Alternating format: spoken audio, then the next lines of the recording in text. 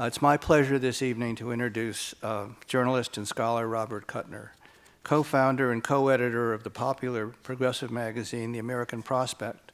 He has focused his work on the intersection of economics and politics. His writing has appeared in Business Week, the Boston Globe, the New York Times Magazine, and the Atlantic, among other places, and he has been the recipient of many awards, including 2 Sidney Hillman Journalistic Awards, the Jack London Award for Labor Writing, and the Paul Hoffman Award of the United Nations Development Program for his lifetime work on economic efficiency and social justice.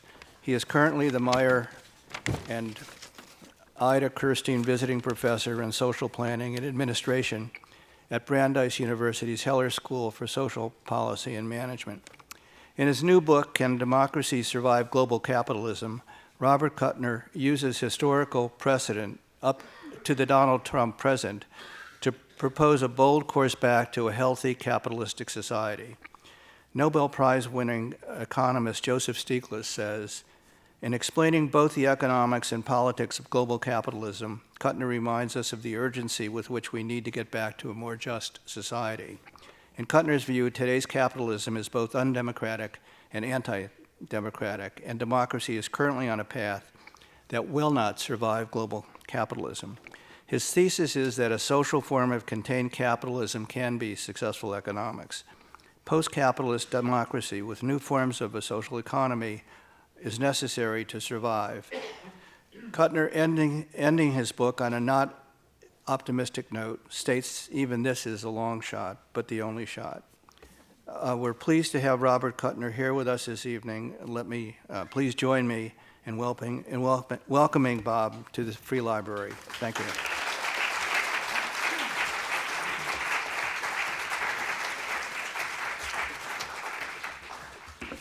Good evening, and thanks for having me. I got interested in the subject of why the economy was generating far-right backlash about 11 years ago when I started work on this book, and I put it aside 3 times to write 3 other books after Obama was elected president, after we had a financial collapse. And then in the past year or so, when the situation got really urgent, I finished the book.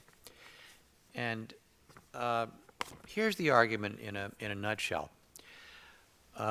We had a remarkable period after World War II, and I see this audience, most of you are my generation.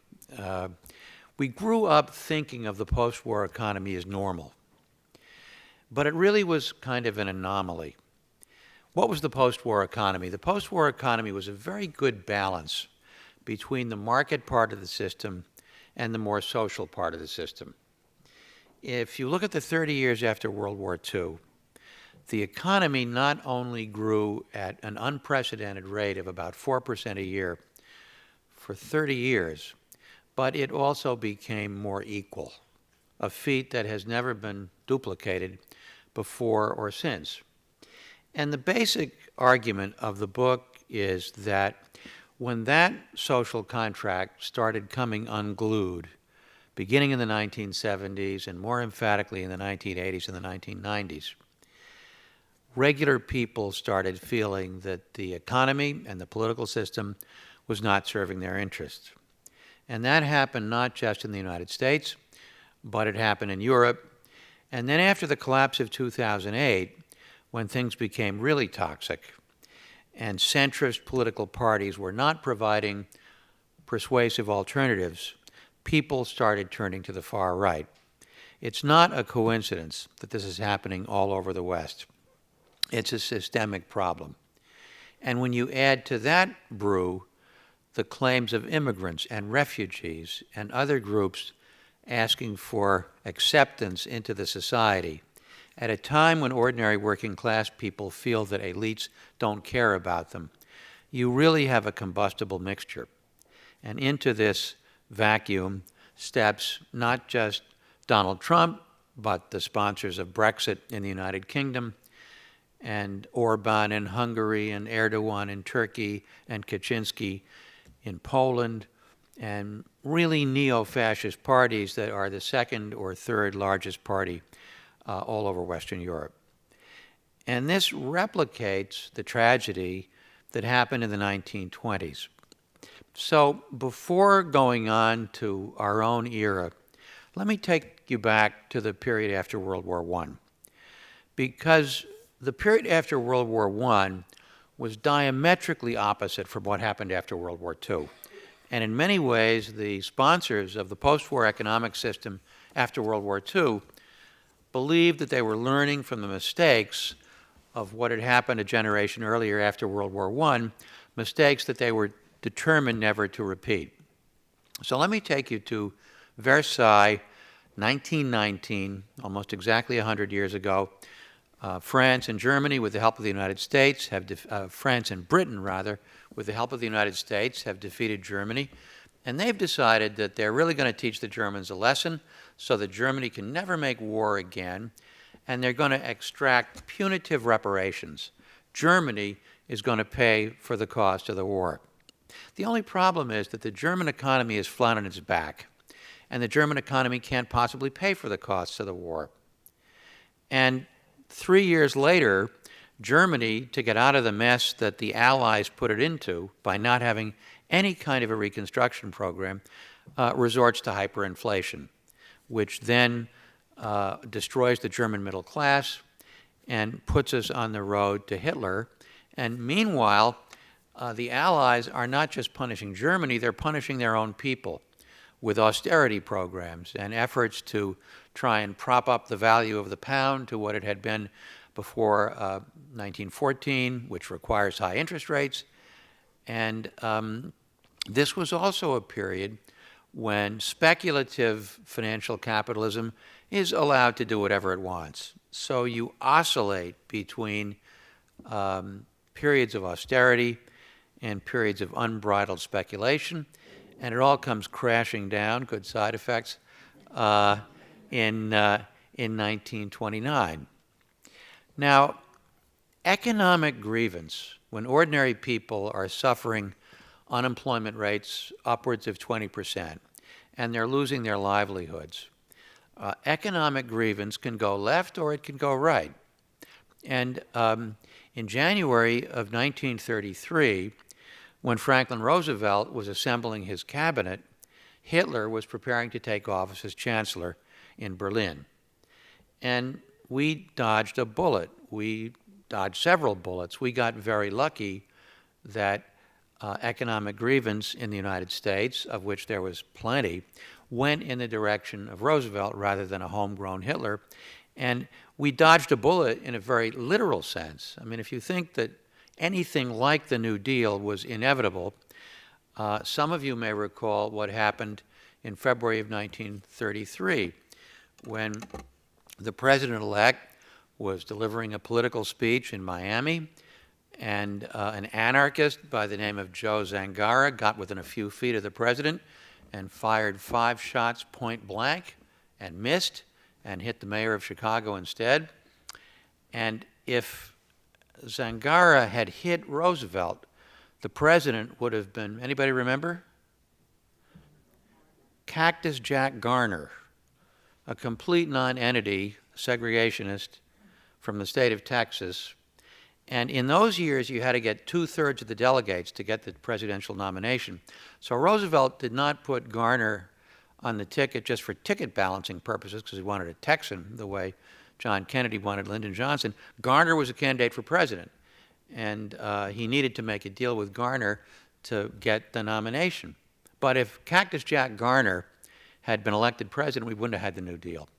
So the combination of the New Deal, which tightly regulated financial excess and empowered organized labor and demonstrated that government could do great things, coupled with World War II, when government played an even more major role in the economy and labor unions were recognized as social partners, created the preconditions for a tightly regulated form of capitalism, not socialism.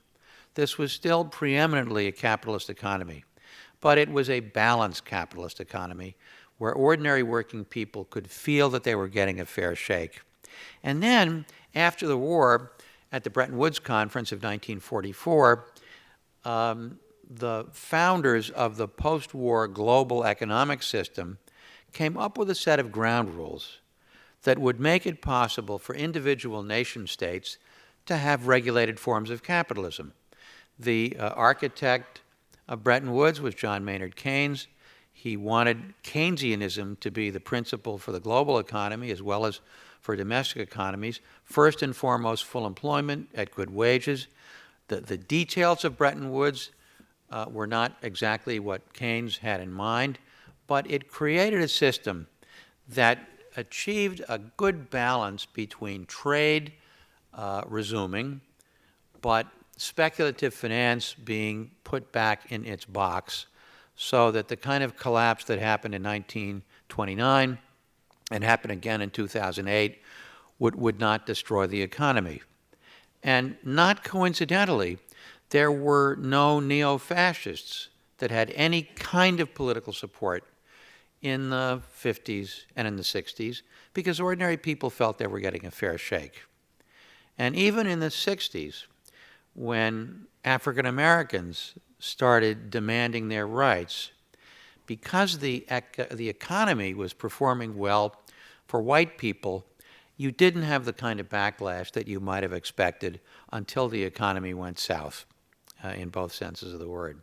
So what happens beginning in the 70s and 80s and 90s, triggered by some random bad things that happened in the 70s, the Bretton Woods system falling apart, the dollar no longer being able to pay the role of anchor currency for the whole global system, the OPEC price increases. We have a bad decade. We have a decade that combines inflation with unemployment, something that's not supposed to exist in economic textbooks. And laissez-faire economics, free market, ultra-free market economics, which had supposedly been discredited for all time by the crash of 1929, it gets another turn at bat. It gets another chance. Theorists like Milton Friedman, who had been dismissed as fringe figures, get another turn to be recognized as prominent economists. History had proven that an ultra-free market economy that lets speculation run wild is not efficient. It's not only not equitable, it's not efficient. And the system that was brought in by Roosevelt, continued during the post-war era, had demonstrated that a more managed form of capitalism is more efficient as well as more equitable. But the ultras, the people who believe that, you know what, textbook economics, ultra-free market economics, that was right after all, they get another turn. And so we get Milton Friedman, we get Ronald Reagan, we get Margaret Thatcher, and we get the use of the trading system rather than just having reciprocal reductions in tariffs or reciprocal reductions in quotas. The trading system is used to dismantle the ability of individual nations to have a more regulated form of capitalism. Things that are simply ordinary forms of regulation that had been normal in the 40s and 50s and 60s start being defined as an improper interference with somebody's property rights. The trading system's new rules are used to make it harder to regulate banks. If you come up with some kind of toxic security that nobody understands except the entity that's making a fortune by issuing the security, like credit default swaps, and you try to regulate it, the bank will say, well, if you don't allow us to do this in New York, we'll just do it in London. Or maybe we'll do it in Zurich. Or maybe we'll do it in Frankfurt. And the more the economy gets globalized, the harder it becomes to maintain this system of managed capitalism that had worked so well for so many people in the 30 years after the World War II. You have a version of ground rules for labor that allows companies to outsource jobs to countries that have no labor standards whatsoever, And there's an international institution called the International Labor Organization that has all kinds of labor standards, but none of them are mandatory. So if you outsource work to a country that uses child labor, that uses prison labor, that pays people sub-poverty wages, that's perfectly okay. And so the new rules of globalization make it harder and harder for countries to have the kind of social contract, if you will, that broadly served the whole population and that strengthened democracy. And what happens is that over a period of 20 or 30 years, regular working people conclude that if elites care about their counterparts in other countries more than they care about me, the hell with them. I'll look for somebody who at least pretends to care about me, and his name may be Donald Trump, it may be Viktor Orban, it may be any number of people in Europe who invoke ultranationalism as the cure for globalism. And so Karl Marx really got it wrong. Karl Marx thought that if the workers were sufficiently oppressed, the workers of the world would unite. That's not what happens. What happens is that the workers of Poland or Hungary or the United Kingdom or the United States, they look to homegrown ultranationalists who are not going to provide any real solutions to their economic grievances, but who are going to provide scapegoats. And then you add to that mix a flow of immigrants, a flow of refugees. I mean, Europe has had 10% unemployment since the collapse of 2008. We've been luckier. We've had a recovery, even though real wages for most people have not gone up very much, but at least we'd have a recovery. In Europe, because they have pursued austerity policies, local working people are pretty unhappy. They see their living standards going down the drain. They see elites, whether of the center left or the center right, not caring very much about them.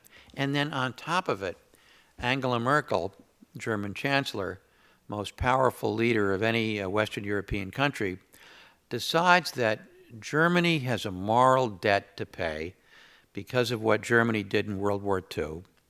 And Germany is going to bend over backwards to be very liberal towards refugees, and Germany is going to admit 1 million refugees.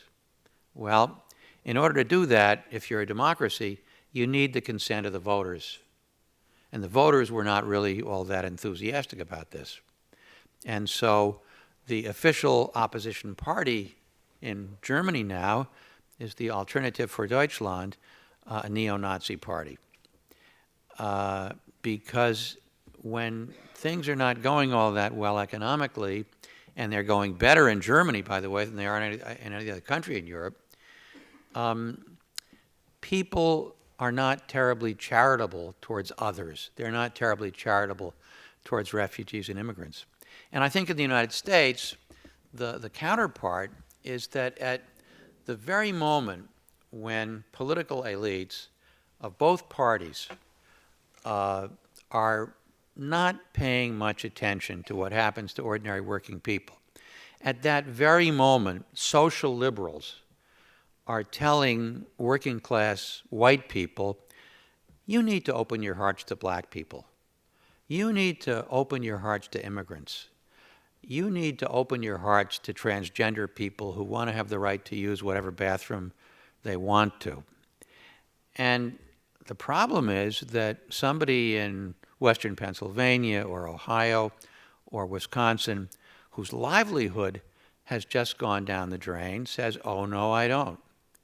Because the same globalists who really are contemptuous of me, they're the same people who are going to take away my guns. They're the same people who think they have more in common with their counterparts at Davos than they have with me. They're the same people who think it's okay to murder an unborn child. They're the same people who don't respect my church. And I'm just going to find somebody else to vote for. And Donald Trump, who's probably the embodiment of cognitive dissonance, right? it takes a lot of cognitive dissonance on the part of voters for somebody who's a corrupt billionaire to be the emblem of working class discontent, but go figure. He at least knew how to channel it. He knew how to do the dog whistle. He knew how to articulate it. And Hillary Clinton, God bless her, is so tone deaf that she's taking six-figure honoraria from Goldman Sachs in the same year that she's running for president. And I'll leave aside all the other mistakes that she made, but the point is, if you want to champion the rights of transgender people to use their own bathroom, you damn well better give a damn about the working class, or you're not going to be voted into office to do either thing. And so let me address my own question. Can democracy survive global capitalism? Well, maybe. The problem right now is that we have had too much old-fashioned, raw, laissez-faire, pre-1929 capitalism and not enough democracy.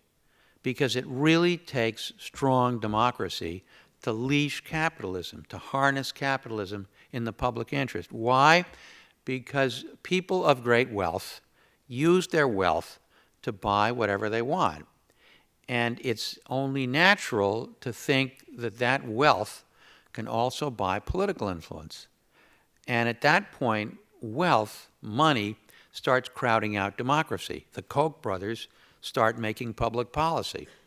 And if you have that going on in one ring of the circus, and ordinary people in the other ring of the circus thinking that elites don't give a damn about folks like me, and if this is what democracy delivers, then the heck with democracy. And I think that's what regular people are concluding tragically all over the world. The solution, the remedy, is stronger democracy and more of an effort to harness the market economy in the broad public interest so that the benefits are better diffused, as was the case in the 30 years after World War II. It's going to be harder now because we had kind of a tailwind after World War II. We had a prestigious state that had a lot of legitimacy. We had government doing things for people that were recognized and valued, things like the GI Bill and all of the public investments that occurred in that era.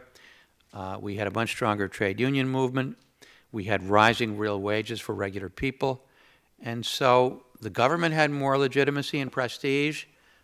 Democracy had more legitimacy and prestige. We were expanding democracy. I think now economic elites have so much more power that a lot of folks have given up on democracy. I think the one thing we have going for us is that Donald Trump is a particularly incompetent demagogue. I worry what might have happened if he were a more competent demagogue.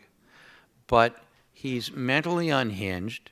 He has a very short attention span, and he's about to get in a peck of trouble given the fact that Mueller has handed over a lot of what he has to the U.S. attorney in New York, so that even if he fires Mueller, this stuff is not going to evaporate. And I think before too long, the Republican Party is going to be put in a huge bind. Do they stand by their man no matter what? Or at some point, if the evidence becomes so compelling, do they decide to trade him in for Pence? But I think either way, it's going to be a good year for the Democrats. I think the blue wave phenomenon will play out in November. I think it's very likely that Democrats will take back the House. I think the Republican Party will be divided by whatever happens to Trump between the elite Wall Street Republicans, Koch brother Republicans, and the Tea Party Republicans. And the fact that you've had something like 40 Republican Congress people decide not to stand for re-election, that tells you that they know something. So the stage is set for a political reversal, although never put it past the Democrats to blow a winnable election. I don't have a crystal ball. I would not pretend to tell you what I think is going to happen, but at least it's possible. It's possible that the wheel could turn again. And my pal Steve Bannon talked about the deep state, the administrative state, the ballast of the constitutional system that made it impossible for Trump to snap his fingers and do whatever he wanted. And mercifully, the deep state is holding. It suffered a lot of damage, but if you look at the judicial system is holding. If you look at separation of powers is holding. And yes, there will be an election in November of 2018. And yes, because of gerrymandering, the Republicans will probably steal 20 seats that they would not be entitled to if you did it on the basis of straight population. But the Democrats will probably pick up enough seats to take back Congress. So there is a resilience to American democracy. I think it will withstand even Donald Trump.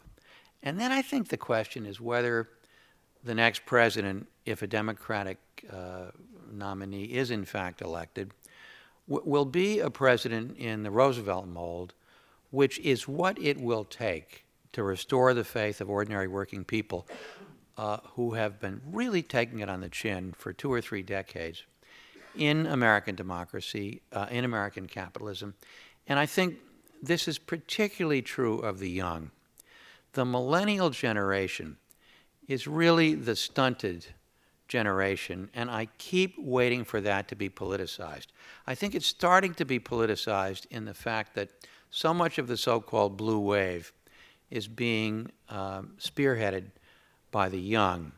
But if you look at this from a generational point of view and you compare my generation and many of your generations with what somebody who's 30 years old who doesn't have well-to-do parents faces, it's startling to me that there isn't a revolution going on. And I think the candidate who champions the frustrations and the aspirations of millennials could be the next president.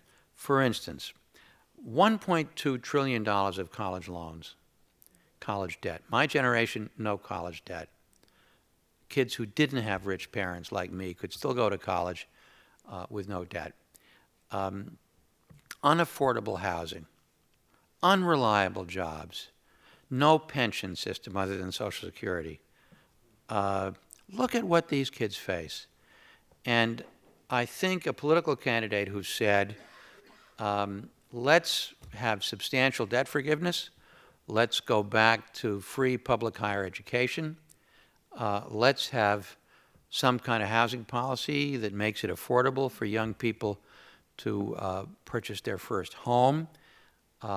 Let's restart some kind of universal portable pension plan because you can't live just on Social Security. Let's not be satisfied with this system where there are no reliable jobs. You know, there's a whole fable being told to the young that goes something like this.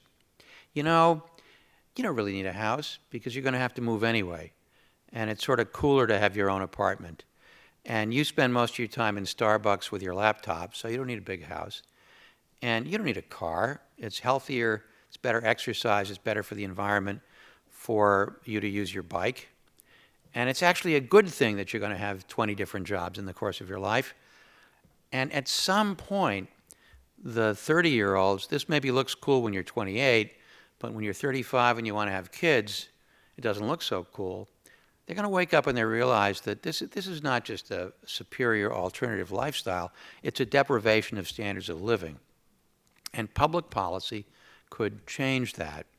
So there's an Italian radical by the name of Antonio Gramsci, who was put in jail in the 1920s by Benito Mussolini.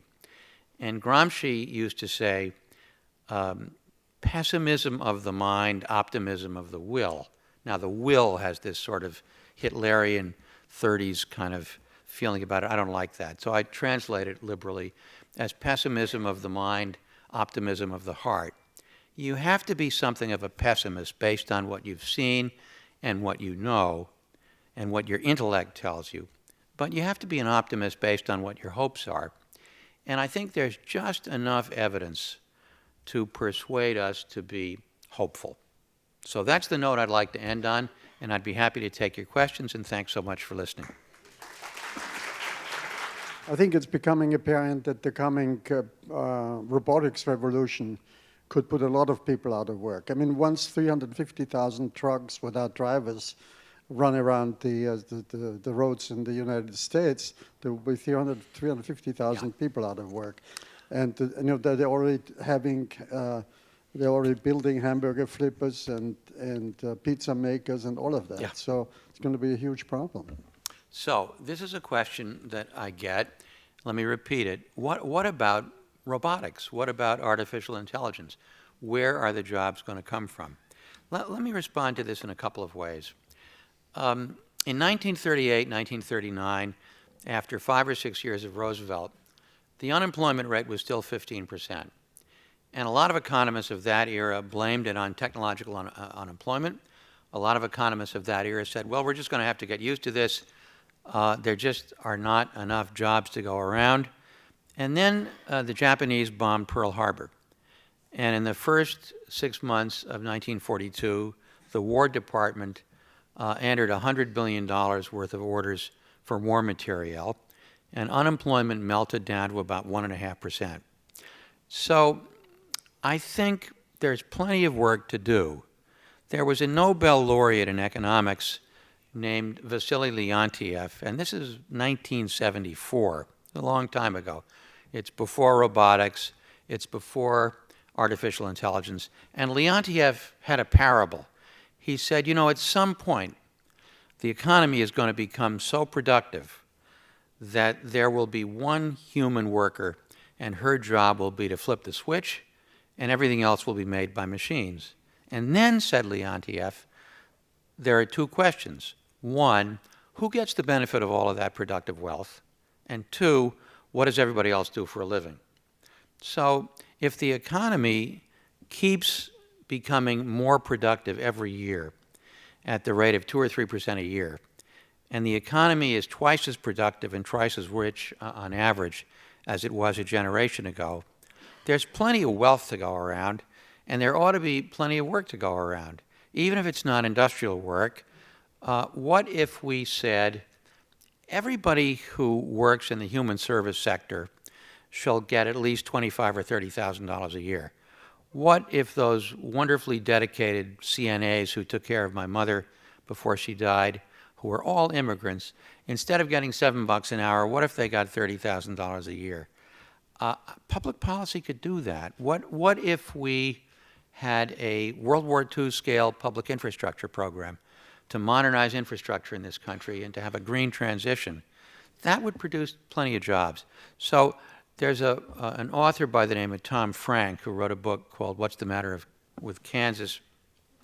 And then he wrote a sequel last year called Listen Liberal. And Frank has a wonderful line. He said, technology is not what's driving inequality. Technology is the excuse for not doing anything about it. And I think he's right. Correct me if I'm wrong, but part of your beginning premise is that right after World War II, there was this nice balance of like social programs and market forces, right? How do you deal with the idea that those social programs disproportionately benefited white Americans and didn't benefit like black Americans very much at all? Well, it's a good question. Did everybody hear the question? It wasn't just social programs, by the way. It was a full employment economy. It was strong trade unions. But one of the great sins of the New Deal, my friend Richard Rothstein has written a wonderful book about this called The Color of Law that I highly recommend.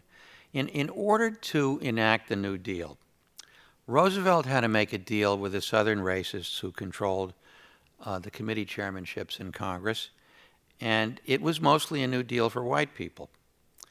On the other hand, there are a lot of black people named Roosevelt.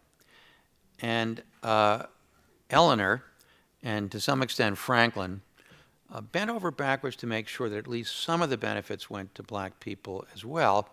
And there's a really interesting statistic that even though we did not get around to legislating civil rights until the 1960s, the racial income distribution becomes more equal in the 40s and 50s and early 60s. Well, how could that be?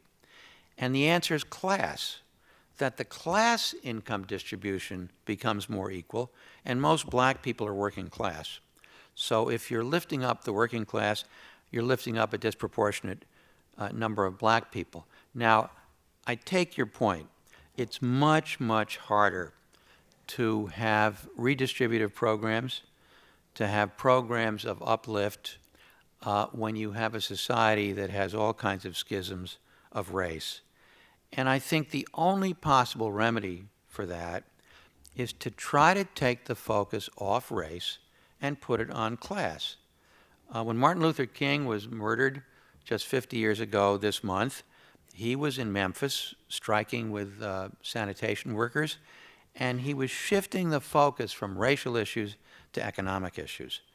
And I think the only prayer we have is emphasizing what unites black people who are not rich with white people who are not rich, and emphasizing commonalities. A very good example is Medicare. Nobody thinks of Medicare as a program of racial uplift. But the fact is that a disproportionate share of African Americans have really terrible health insurance when they're 64, and they suddenly get good health insurance when they turn 65 because they qualify for Medicare. And so it is possible to have programs of general uplift that address the needs of multiple races. But I grant you, in a multiracial society, this is harder. And the social democracies of Northern Europe had a much easier time back when those countries were homogeneous, before they admitted lots of immigrants. The Swedes the Swedish Social Democrats in the 1930s did a really clever thing. Nationalism in that era was associated with the right wing. And the Swedish Social Democrats redefined the idea of a Swedish homeland as a decent society that people deserve to have as Swedes. If you are a Swede, you deserve a decent job. You deserve a decent home. You deserve a decent school for your kids to go to.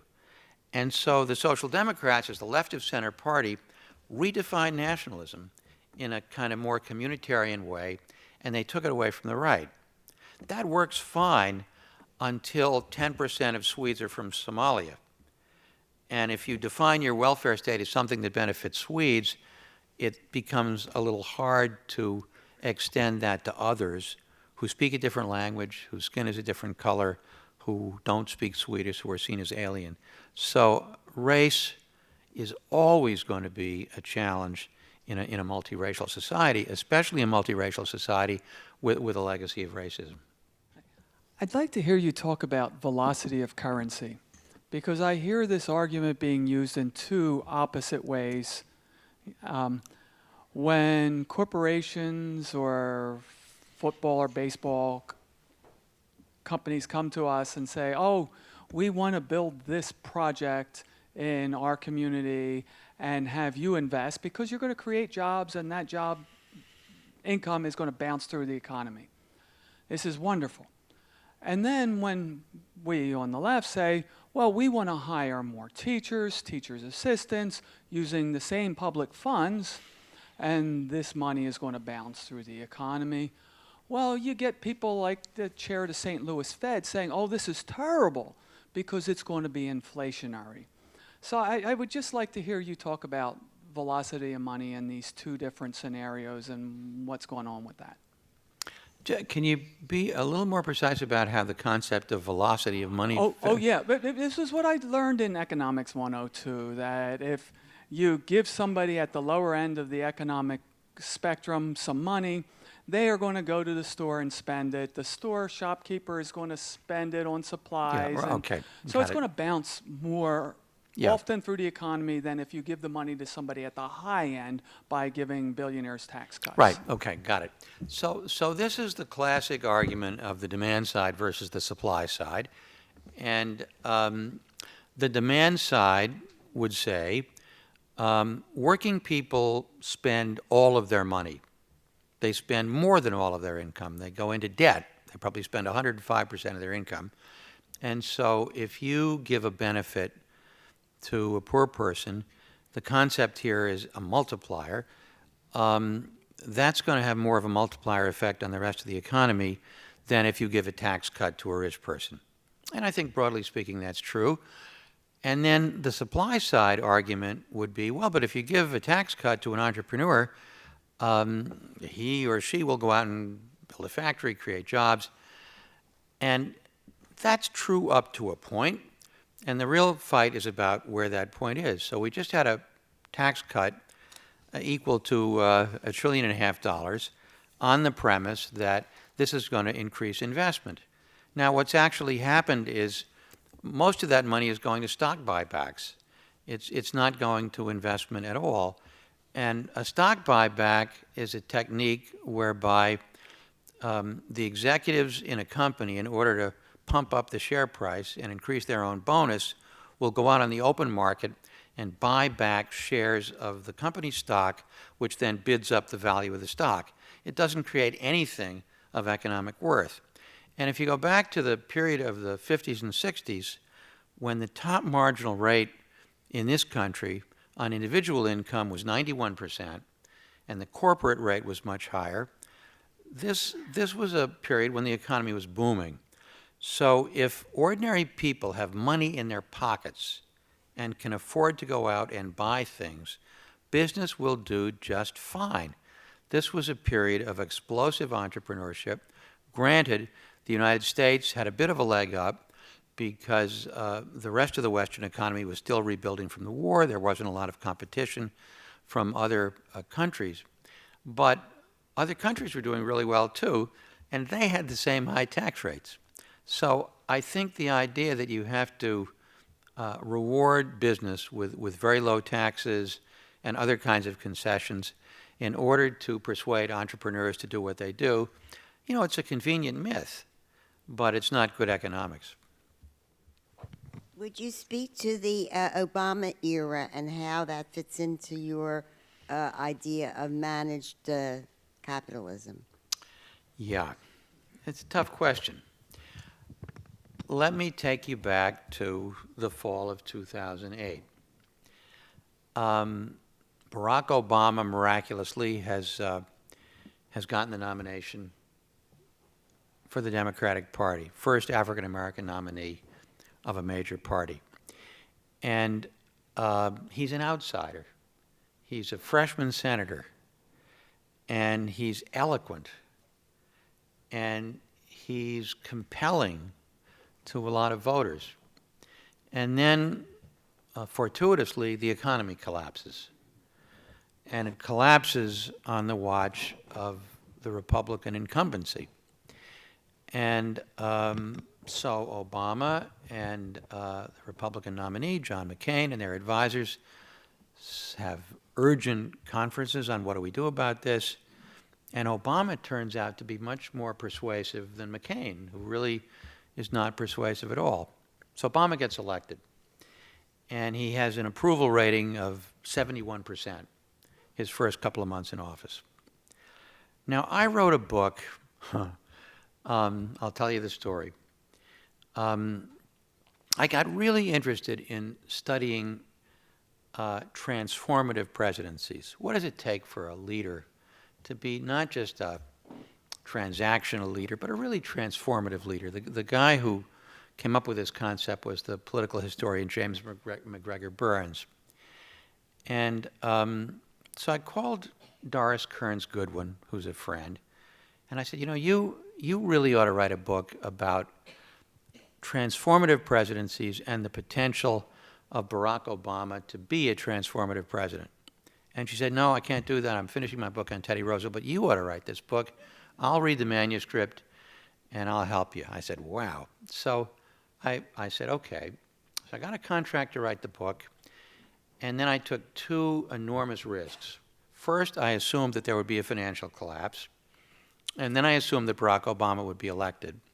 And so I wrote the book, and the book was published in September of 2008, and the crash happened on schedule. Obama got elected. Good for me. Well, here's the problem. In June of 2008, when Obama realized that he's going to be the nominee,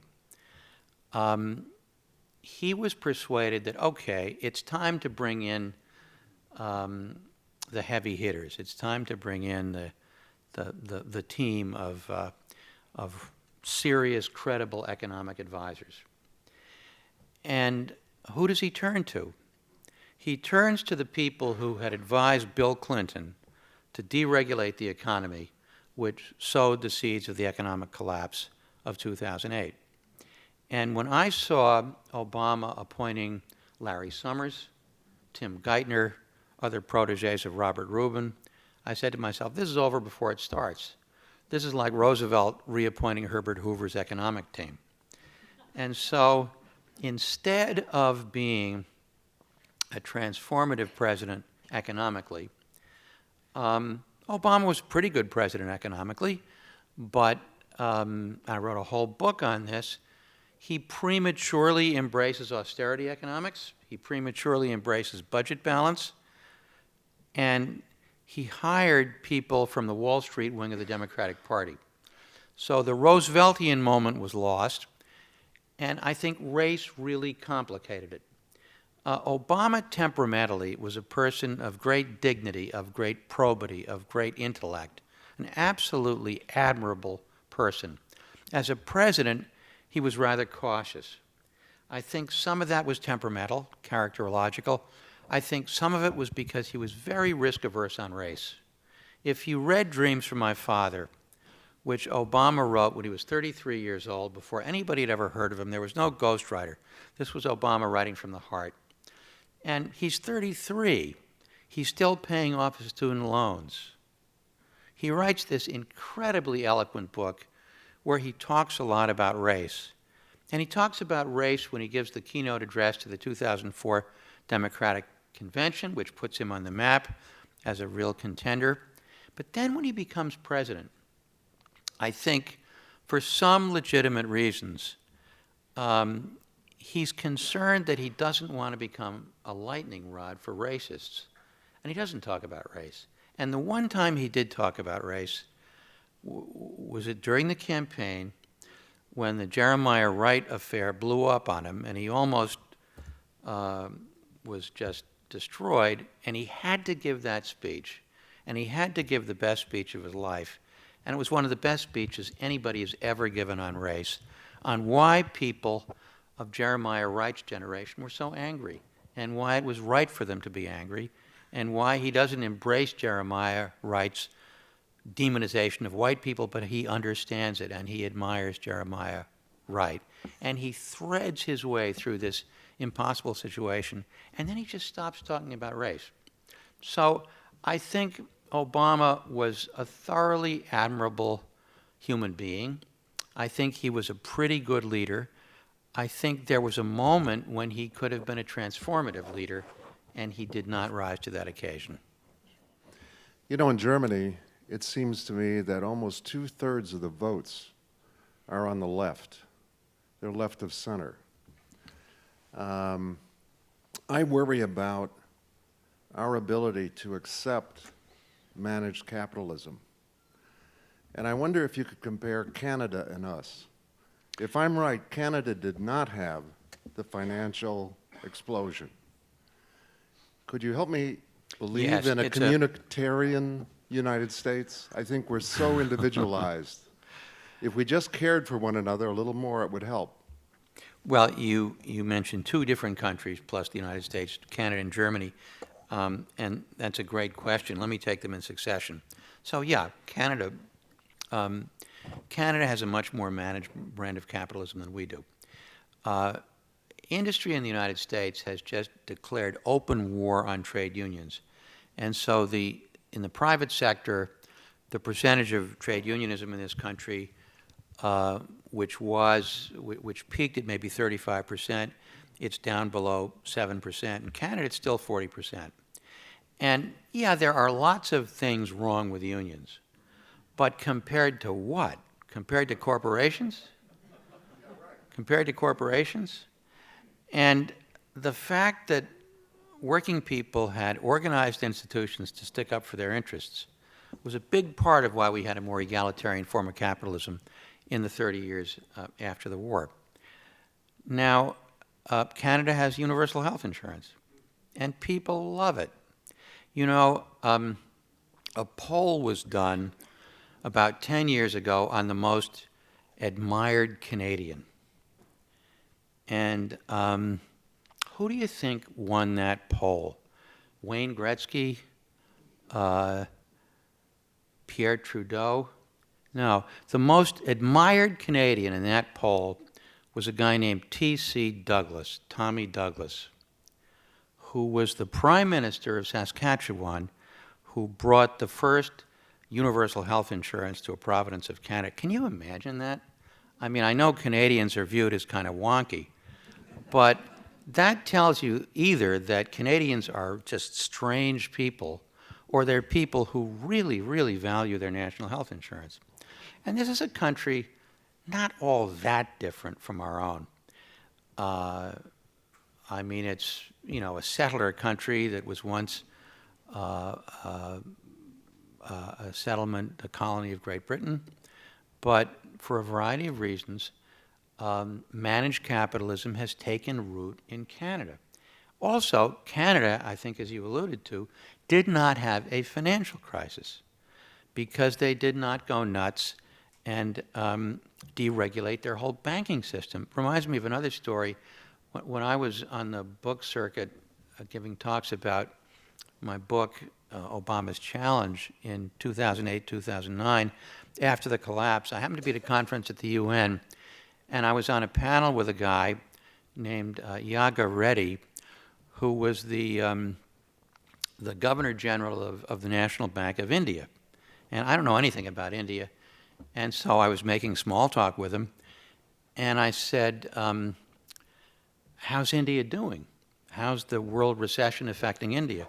He said, oh, we're doing fine. We had, 6% growth last year. We're expecting 8% growth next year. I said, well, how did you dodge the bullet? How were you not done in by the shock effects of the financial collapse? He said, we're a poor country. We're a developing country. And we don't understand these complex financial instruments like credit derivatives. And so we leave them to the advanced countries like you. And Reddy, in his role as regulator, had just made it illegal for Indian banks or Western banks doing business in India to use any of these toxic financial instruments. So this was an optional crisis. It was a crisis that didn't have to happen. Now, you said another interesting thing. Is there, in fact, a leftish or a center-left majority that somehow doesn't find an expression in politics? I wish that were true. There was a moment when that was true. For instance, there's a chapter in my book called The Disgrace of the Center-Left, which talks about how Clinton in the United States and Blair in Britain and Gerhard Schroeder in what was then West Germany, it was already Germany, unified Germany, essentially embraced the program of the center-right, either because they thought it was popular or because they thought it would create a political alliance for them with business. When Margaret Thatcher left office and became Baroness Thatcher, she was being interviewed, and the interviewer asked her what she thought her greatest achievement was. And she thought for a moment, and she said, I think my greatest achievement was Tony Blair. Meaning that Blair had embraced most of the Tory program. And the same thing happened in Germany. And there was a moment, Schroeder deregulated a lot of the financial system so that it could become more speculative. He enacted rules, the so-called Hartz reforms, that deregulated a lot of labor. And this angered so many of his compatriots in the Social Democratic Party that they split off and formed a separate Linkspartei, a left party. Now, in the election of, I guess it was 2005 maybe, there was a left majority. The left party, the Social Democratic Party, and the Green Party had a majority of seats in the German parliament, but they were so at each other's throats that Schroeder preferred to have the Social Democrats be the junior coalition partner with Merkel's party. So there was a time when there was more of a sentiment in favor of left-wing parties, but I think what's happened is that left-wing parties completely blew their credibility as any kind of opposition to the globalist consensus that's doing such damage to ordinary working people. And I think they're going to have to get that back. Otherwise, we are just ceding the field to Trump and people like Trump in the rest of the West. Yeah. I think the mantra in the Clinton era was, it's the economy, stupid. Well, it seems to me that most of the people in this country, they're not stupid, they're just uninformed. And they're uninformed because we have a lousy educational system. So could you address what we can do to have people more informed so that just don't make an elective decision based on whether you could have a baby or not, or whether God is, the Bible is the Word of God? You're really asking a two-part question. I mean, you're asking a question about the nature of the quality of the educational system generally, and you're also asking about people who are so disaffected that they say, I don't care about the facts, this guy's articulating my frustrations, so I'm going to vote for him. And I think it's not that people who voted for Trump were the dumbest kids in the class. Some of them were actually pretty well educated. It's that they're just very angry that the world they knew has been taken from them. Now, some of that's racism. Some of that's sexism. They don't like the fact that blacks have a seat at the table. They don't like the fact that women are playing more of an economic role than they were a generation ago when the little wife was at home with a hot meal and you went off to the factory and brought home a good job and she knew her place and you had your place. So I don't think it's simply ignorance. I think it's anger and frustration. At the same time, there are huge problems with the education system, independent of the Trump backlash. And we were talking about this at dinner. The problem is not so much schools in inner cities. The problem is that we are expecting schools to make up for all of the rest of the pathologies that go along with poverty. And a study was done that compared how kids do on international standard educational tests if you limit the sample to school districts that have less than 10% of the kids eligible for subsidized school lunches. In other words, if you limit it to affluent suburban schools. And guess what? The kids, the American kids in the affluent suburban schools compare very favorably to the other kids in the countries that score at the very top. So I think it's completely unrealistic to expect schools to make up for all of the pathologies of poverty. That's not to say we shouldn't be investing more in schools. We should. They're one institution that we can use to make a difference. It would be easy to blame the Trump phenomenon on ignorance, but I think tragically there's a lot more going on, and the challenge is to address all the other things that are going on. So, thank you.